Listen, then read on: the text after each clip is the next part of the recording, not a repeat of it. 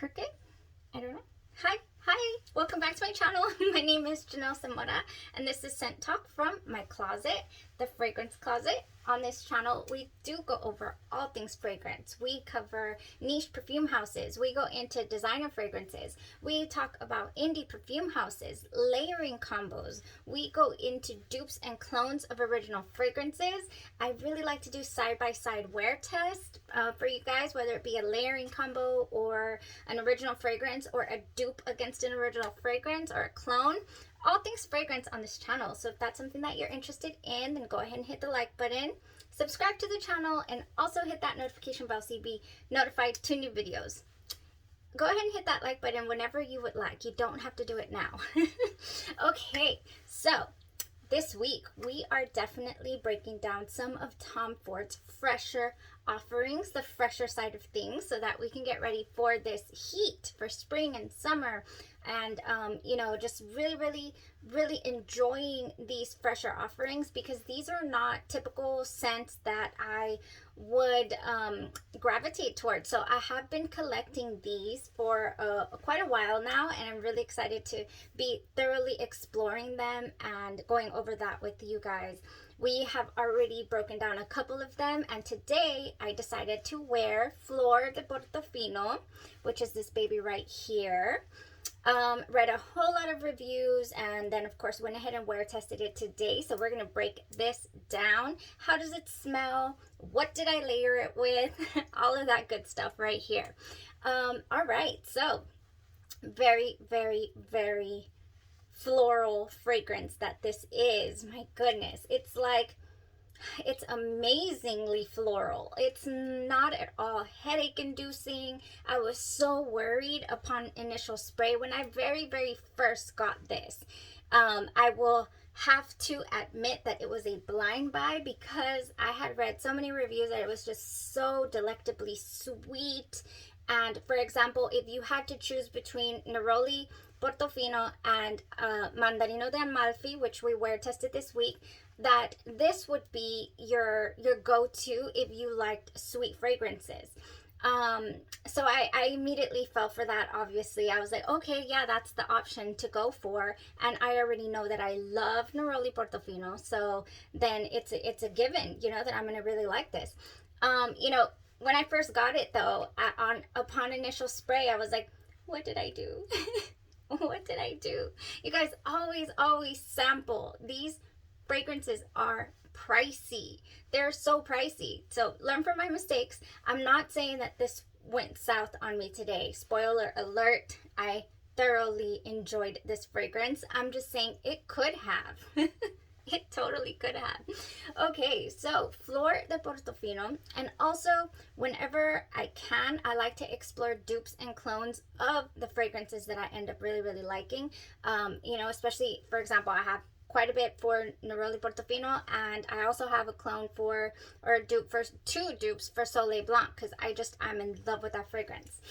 All right, so this one came out. It is part of the Portofino lines and all that, the Neroli Portofino, and this is called Fleur de Portofino, and it was released in the year 2015. It is classified as a floral fruity fragrance, and I'm assuming the fruits here come in because it does open up with some tangerine, some bergamot, some Sicilian lemon, but unlike the very bright lemon, orangey opening from Mandarino di Amalfi and the lemony type opening from Neroli Portofino, I did not detect that in this fragrance. So you don't get a burst of really bright citrus. I didn't, and you know, at least my nose could not detect it. However, there is this flower in this top notes. It is called syringa, and that is very reminiscent of a white gardenia flower. So honestly, so when I first sprayed it, I was like, okay, this is gardenia. this is all that this is. One time, a little story here, I was reading through some posts, and everybody hates on patchouli, right? And this one person, I have no idea who they were, and I can't even remember right now, but they were like, y'all out here letting gardenia roam around scot-free and hating on patchouli. because gardenia is like, it's an acquired taste. It's an acquired smell. It's not as easy to love, as your jasmine or your sweet honeyed jasmine or your orange blossoms. This is this is a heavy white floral. Which jasmine can be some of the different, I was going to say strains of bacteria. No, some of the different types of jasmines can be very, very heady and white floral. So anyways, just to let y'all know, I'm not going to spray it on this side. It is officially gone. No, I still have something there. Tell you the truth. Yeah. Very, very faint. Very, very faint. But it is still on my clothes very, very nicely. And I managed to get some in my hair and it is still there. But I want to spray it so I can revisit this. Yeah. Okay. So I guess I could kind of get a little bit of freshness here. But like I said, I cannot discern the different citrus notes. I cannot say, oh, this is a very, very leaning towards lemon or it's leaning towards orange. It's not. It's leaning towards very, very water, like a fresh rained on gardenia, flower. It also has orange leaf and violet leaf in these top notes. And orange leaf is like the crushed branch smell of the orange leaf. It's a citrus smell as well. While violet leaf has like an ozonic cucumber-like smell as well, which I feel really, really jives beautifully with that gardenia smell. So what you're really smelling here upon first spray of Fleur de Portofino is like at a floral shop when they're cutting the ends off of the stems of the roses or the whatever flowers and then putting them in the vase. You get that feeling that you're getting a bouquet of flowers ready to purchase. That's what I smell anyways, definitely in this opening. And so with that being said, I think to myself, if it stays this way or if it even dries down any more flowery like this, like I'm not going to be able to handle this fragrance. Like it's not going to be something that's enjoyable for me. However, it is, for some strange weird reason, it just is. In the midsection, we have jasmine and black locust, which I was like, okay, what's black locust? What is that flower? Well, it is like a mimosa type orange blossom flowery smell. So here we go again and then orange blossom as well in these mid notes. So here comes the sweetness that we very much needed. Once it starts morphing into those mid notes, you get a very, very honeyed smell out of it for, whatever reason. But that doesn't come until the dry down. In the dry down, we have black locust honey. Ooh, black locust honey. Sweet, animalic, powdery floral scent. And ambrette, civet, vanilla, toulouse balsam, and labdanum. So this is just really, really just ties this fragrance together and saves it completely. The mid and the base just completely save this fragrance for me, because otherwise it'd have been like that, the ones by Elizabeth Arden, the white tea gardenia or the white tea, the ones like really, really fresh and green with absolutely no sweetness to it whatsoever. And then, I would not have liked it. I did like it. I really liked it.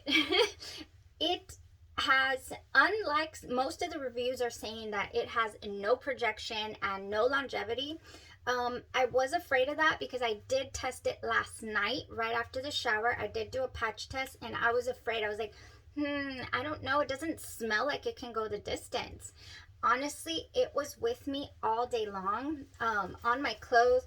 I did spray, like I always say, I sprayed in here on my shoulders, on top of the clothes, on my pulse points, behind my neck and behind my ears, and then definitely at my heart right here, so I was afraid that it was just gonna, so I oversprayed this essentially is what I'm trying to say.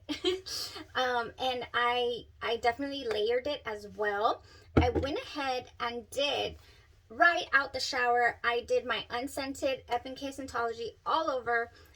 This is unscented, so it's not going to mess with anything. It's just going to give you that wonderful, wonderful skin healing benefits. Honestly, my skin has never been so soft. Ever since starting to use this back in October of 2021, I can't imagine using anything else but these natural oils. Definitely. Then I went ahead and put in some Pure Wonder by Bath and Body Works. This is right after the shower. In the shower, I also used Pure Wonder because I figured that this one would be really inoffensive to the scent and jive pretty well with it. So it was Iced Rosé, Star Jasmine, and white, warm white amber is what we have in Pure Wonder. And that's how I went to sleep, in Pure Wonder. And a spray of this. Normally for bedtime, I'll do my Cherosa 62, my Bum Bum spray that I just got from Andromeda's Moon. Oh, that's Italica. Where did I put it? Oh, it's over here. This one. This is the one that I like to do after the shower and to go to bed all nice and cozy. I did get the Andromeda's Moon version, and the EDP is crazy. I cannot wait to do a full day wear test, even though I already know it's gonna win. It's gonna beat this, like, yeah, for sure. I love this though. Oh, I love it. So anywho, that is what I went ahead and applied, my body lotion. So this morning, what I did not go back in with the Pure Wonder because I wanted to really get a feel for the fragrance. So what I did was I got a hold of my unscented lotion again this morning. That is what I put on both sides. Now, because I was afraid that I wasn't going to get any sweetness whatsoever with this fragrance, I was like, okay, I'm going to test that out on this side, but I'm going to have a safety net on this side just in case I'm not able to handle this. Oh, by the way, I wanted to go over something with you guys. I wanted to go over Civet. I've been bringing it up because I know the perfumer Khalees Becker, she uses a lot of Civet note, nowadays they use Civitone, but she uses a lot of Civet notes in her base of her fragrance compositions. And I couldn't find who the perfumer was for this particular fragrance, but I have half of mine to believe it was Khalees Becker because, like I said, she uses a lot of the Civet, which is in Love Don't Be Shy as well, so by Killian. So here's the deal with the Civet. You see a little picture of an animal, right? It's a cat, but basically the Civet is a byproduct of anal glands of civets, which adds a warmth to and a radiating warmth to florals. So it's just supposed to, like, you know, whoa, here you go, like, you know, you don't have to get up close. So it helps with the projection and the warmth of the flower. And yeah, it's now synthetically produced as Civitone for ethical reasons. Obviously, we don't want to be running around chasing cats. And the same thing goes for ambergris, which I've talked about on the channel before. In the ever so popular Baccarat Rouge 540, we have ambergris, and it is not whale poop. It is actually the excrement. It's from their intestines, but it's throw up. And so they used to collect it right from the ocean, and now they synthetically reproduce that ambergris smell. So that's why they call it an animalic note. It's just wanted to clear that out whenever I talk about Civet, you know. And yeah, so if in case you were wondering, and if in case that you were really curious, like myself, I'm a curious cat. So yeah, don't really get the citrus. Let's refocus, and then I'll talk about what I layered it with. Don't really get the citrus in the opening at all. I do get this fresh cut flower smell, this gardenia, and it is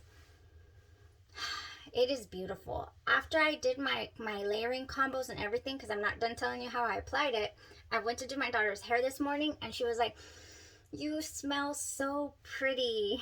Oh, that feels so good. You know, there is something about the gardenia note that just, for whatever reason, works with my skin chemistry. It just does. Patchouli as well. It works really well. So my signature scent is Juicy Couture's, the original Juicy Couture, and it has a really, really heavy gardenia note in there. So that's why I'm just coming to realize, like, okay, a sweet, you know, floral, a white floral with gardenia, and it just really just jives with me. So yeah, she really liked it, and I really liked that she liked it, and I thoroughly enjoyed it as well. So this side, it's already really sweetening up. It's not a sickly sweet at all. Some people say that it's way too sweet. They obviously just don't like sweet perfumes. So if you don't like it that sweet, I would go with your Neroli Portofino. Now, if you really don't want any sweetness at all, like to linger, there is some sweetness in the opening of Mandarino di Amalfi that we wear tested already, but it doesn't follow through all the way to the dry down. So that's one that could be an option for you. So Fleur de Portofino, delicious fragrance. I say delicious even though it's not a gourmand. I just love the word for fragrance. It's a beautiful, okay? It's a beautiful composition of a fragrance, and it wore so nice. It really did project. I could smell it all day long. I enjoyed it. This will be nice for definitely the springtime, even a cool evening. I wouldn't put it past a nice cool evening.